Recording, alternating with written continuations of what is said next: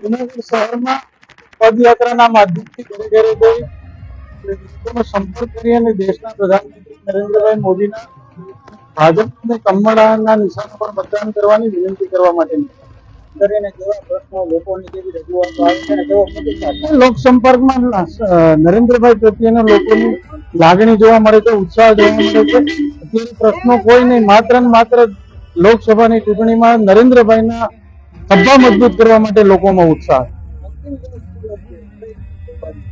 આપ જોઈ રહ્યા છો કે અહીંયા પદયાત્રાના માધ્યમથી લોકોનો સંપર્ક કરી અને વધારેમાં વધારે મતદાન કઈ રીતે થાય એવા પ્રયત્નો કર્યા.